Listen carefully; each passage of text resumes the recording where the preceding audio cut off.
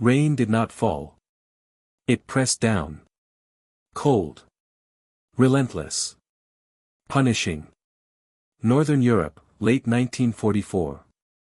The ground was no longer ground. It was a sucking, living mass of mud that swallowed boots, tires, and sometimes men.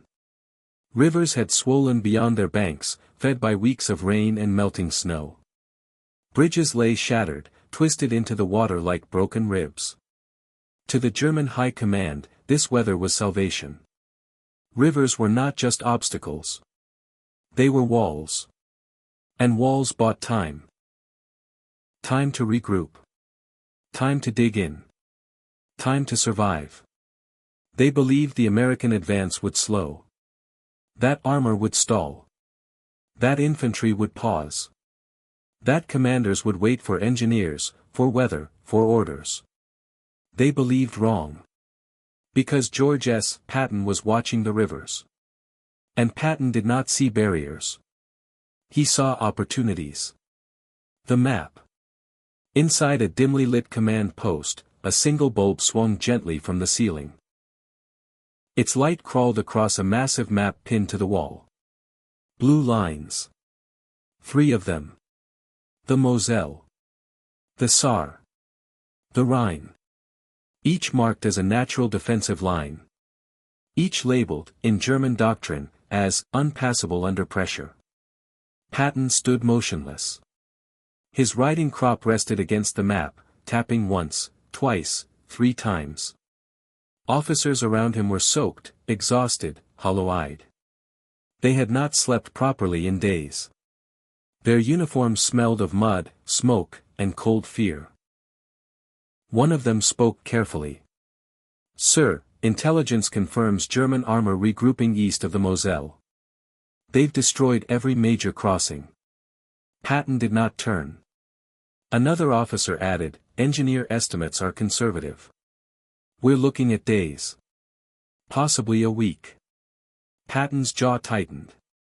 "A week," he repeated. Outside, artillery thundered. The Germans were firing blind, harassing, hoping to slow the Americans even more. Patton finally turned. A slow smile crept across his face. "Gentlemen," he said, "I intend to be across all 3 rivers in 48 hours. Silence slammed into the room. Someone actually laughed. A short, nervous sound. Then realized Patton was not joking. A colonel cleared his throat. "Sir, with respect, that's impossible." Patton stepped closer. His voice dropped. "That word," he said, "has never impressed me." The German sighed. Across the river, German commanders studied their own maps with cautious confidence. They had lost ground. That much was undeniable. But they had fallen back correctly. Methodically. Exactly as doctrine demanded. Rivers meant pause. Pause meant survival. A German general pointed at the Moselle. "They cannot cross here quickly," he said. "Not with tanks. Not in this weather." Another nodded. "They will wait. Every army waits." The room relaxed. Cigarettes were lit. Orders were written. The German front believed it had breathing room. What it did not know was that Patton was already moving. Desperate men.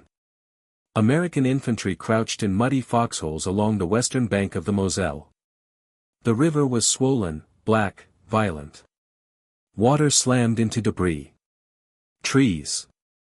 Bodies. Men stared at it silently. A private whispered, "Ain't no way we're crossing that." A sergeant did not answer. He was staring at the far bank through binoculars.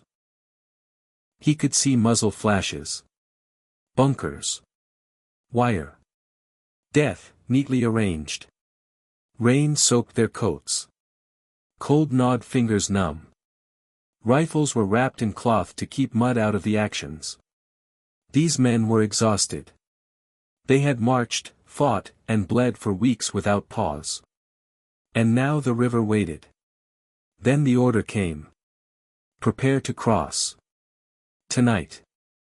Some men swore. Others prayed. A few laughed quietly, the sound thin and cracked. Engineers dragged pontoon sections forward, cursing as they sank knee-deep into mud. Boats scraped against rocks. Ropes were tied. Weapons were stripped down to bare essentials. No speeches. No ceremony. Just orders. And the sound of Patton's name moving down the line. Patton wants us across. Patton says tonight. Patton don't wait. That name carried weight. Fear, yes. But also certainty. The decision. Patton stood near the riverbank, rain streaking down his helmet. Shells exploded nearby, throwing mud into the air. An aide shouted over the noise, "Sir, German artillery is zeroing in. Casualties will be heavy." Patton did not blink. "Casualties will be heavier if we stop." Another officer shouted, "Air support is limited. Weather's grounding fighters." Patton nodded once. "Then the infantry will do what infantry has always done." He turned to the engineers. "How long until the first boats are in the water?" 10 minutes, sir." Patton checked his watch. "You have 5. The crossing begins." Night swallowed the river. Then a flare rose. The world turned white. German machine guns opened fire instantly. The Moselle erupted. Bullets stitched the water. Boats shattered. Men screamed and vanished beneath the current, dragged down by gear and fear. Still the boats came. Oars dipped. Men paddled. Some were hit and kept moving anyway. Artillery joined in. German shells slammed into the riverbanks, throwing geysers of water and flesh into the air. American artillery answered. The night roared. On the far bank, infantry spilled out of boats and charged. Bayonets struck. Grenades burst inside concrete bunkers. Germans fought back with ferocity born of surprise and desperation. It became brutal. Close. Personal. By dawn, smoke hung low over the river. And American soldiers stood on the eastern bank. Alive. Shaking. Victorious. No rest. Patton crossed shortly after. He stepped over shattered equipment, broken bodies, wreckage still smoking. He did not slow. He did not stop. He looked east. The second river waited. The enemy realizes. German radio traffic turned frantic. They crossed. How did they cross? They are already advancing. Orders contradicted each other. Units pulled back too late.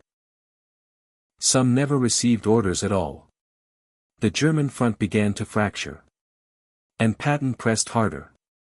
Tanks rolled forward, engines screaming through mud. Infantry rode the hulls, gripping steel, eyes burning with exhaustion and adrenaline. The Saar lay ahead. Another river. Another, impossible, line. Patton did not allow the men to think. He kept them moving. The rivers were supposed to stop him. Instead, they revealed him. Patton was not racing against Germany. He was racing against hesitation itself. And he was winning.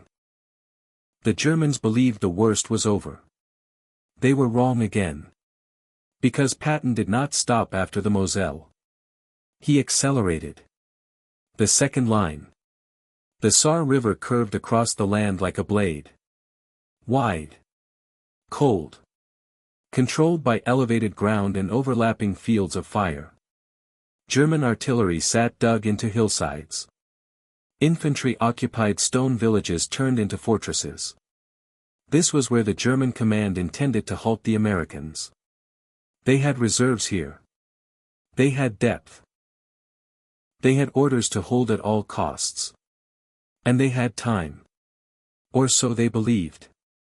Patton's columns arrived soaked, exhausted, low on fuel, low on sleep. But they arrived fast. So fast that German spotters reported American armor still advancing while Moselle crossings were ongoing.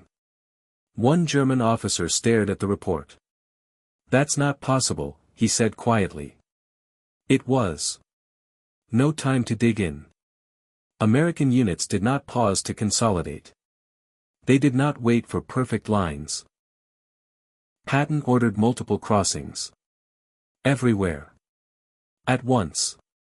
"If the enemy doesn't know where we're coming from," he said, "he'll assume we're everywhere." Engineers moved again, hands raw, bodies shaking with fatigue. Pontoon sections slid into the Saar under fire. Smoke shells bloomed, turning daylight into a gray nightmare.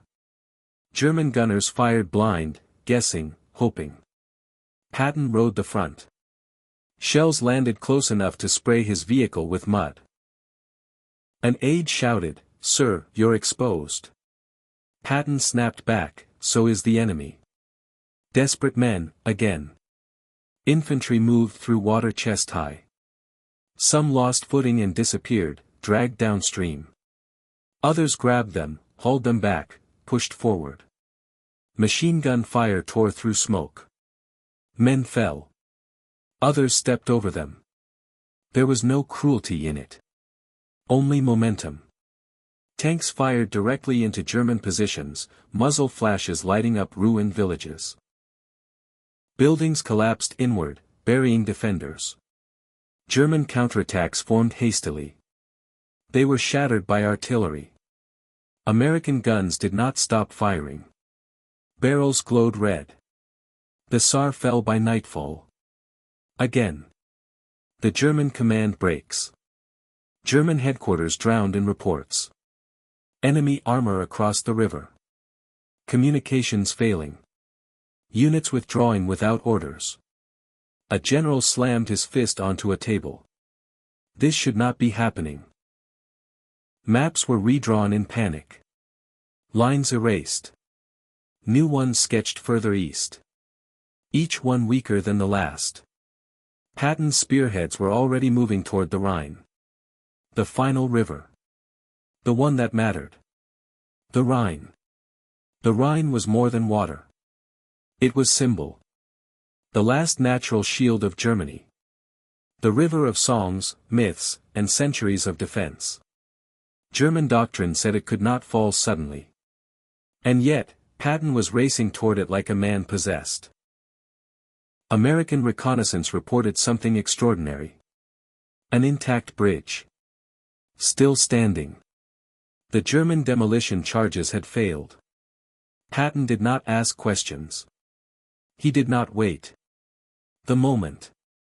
Patton arrived at the riverbank as smoke rose in the distance. The bridge trembled under shellfire. German artillery pounded the approaches, trying desperately to destroy what their engineers had failed to finish. An officer shouted, "Sir, we need time to secure." Patton cut him off. "No." He raised his arm. "Go. Everything at once." Tanks surged forward, steel screaming against steel. Infantry sprinted, heads down, boots hammering the bridge deck. Trucks followed. Then more tanks. Then more men. German shells struck the water, sending towering plumes skyward. The bridge shook. It did not fall. American forces poured across the Rhine like a flood. German resistance collapsed into chaos. Units broke and ran. Others surrendered without firing a shot. The front did not retreat. It disintegrated. Speed as a weapon.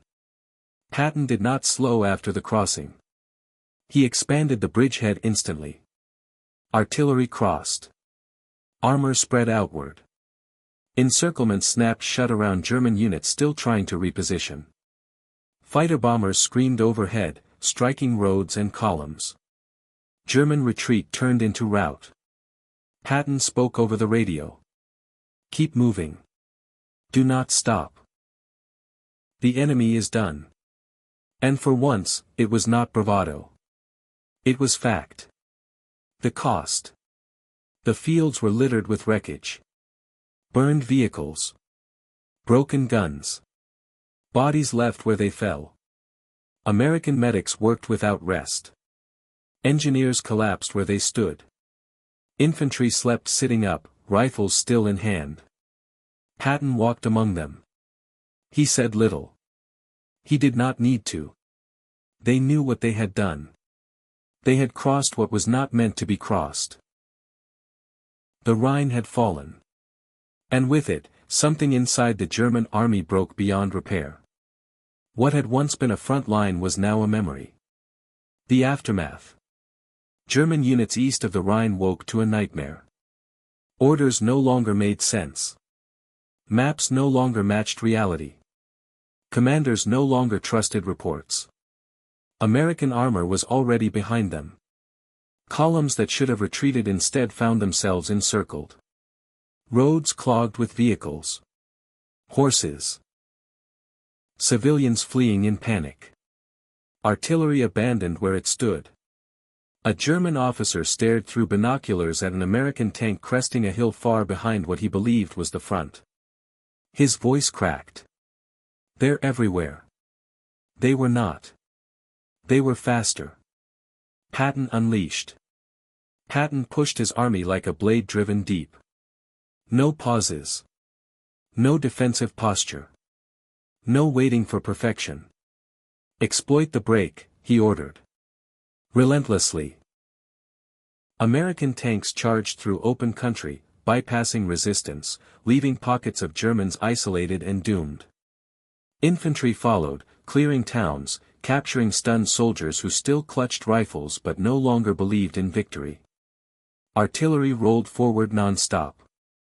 Guns fired, moved, fired again. Air support screamed down from gray skies, striking rail lines, bridges, and retreating columns. The Luftwaffe barely responded. Fuel shortages and shattered airfields kept German planes grounded. The war had shifted. Irreversibly. The German collapse. German headquarters descended into chaos. Telephones rang unanswered. Radio signals overlapped in panic. Orders contradicted each other within minutes. A senior German general stared at a situation map filled with red arrows stabbing deep into the Reich. This should not be possible, he whispered. But doctrine could not stop momentum. And rivers could not stop Patton. Entire German units surrendered without firing a shot. Others fought briefly, fiercely, and then vanished into captivity. The front was not retreating. It was evaporating. The men. American soldiers moved like ghosts. Faces hollow. Eyes burning. They had crossed rivers they were told could not be crossed. Fought without sleep. Marched without rest. Advanced when their bodies screamed to stop. A private collapsed beside a road, helmet slipping from his head. A sergeant shook him gently. Come on. Just a little further. Some cried quietly at night. Others laughed at nothing. They were not fearless. They were committed. And Patton knew it. Patton's moment. Patton stood near the Rhine days later, watching endless columns of American troops and armor streaming east. Mud still coated his boots. The rivers lay behind him now. An officer approached. Sir. Higher command wants a full report. Patton nodded. Tell them, he said, the enemy is finished. It was not arrogance. It was assessment. High command reacts. The reports reached Allied headquarters like thunder. 3 rivers crossed. 48 hours. German front shattered. Generals who had doubted shook their heads in disbelief. One senior officer said quietly, he did it again. Another replied, no one else could have. Maps were updated. Plans rewritten. The Allied advance accelerated everywhere. Patton had not just broken a front. He had reset the pace of the war. Authority validated. Critics had called him reckless. Dangerous. Too aggressive. Now they studied his maps in silence. Speed had become doctrine. Momentum became strategy. Patton's instincts, once questioned, were now validated by victory. He had trusted motion over caution. And motion had won. The cost remembered. The fields were quiet again. Graves appeared along riverbanks. Helmets marked resting places of men who had crossed and never returned. Patton knew the cost. He never denied it. But he also knew what delay would have cost. More dead. More months of war. More suffering. Speed had saved lives. Even as it spent them. Legacy. Historians would later write about bridges, pontoons, artillery barrages, and armored thrusts. They would measure distances and timelines. But those who were there remembered something else. The feeling of being unstoppable. Of moving so fast the enemy never caught up. Of following a leader who did not see rivers as limits, but as challenges meant to be broken. Final image. The Rhine flowed quietly again. Uncaring. Eternal. But for 48 hours, it had failed. Failed to stop belief. Failed to stop desperation. Failed to stop one man's will. George S. Patton did not conquer rivers. He ignored them. And in doing so, he shattered a front, accelerated the end of a war, and carved his name into military history, one impossible crossing at a time.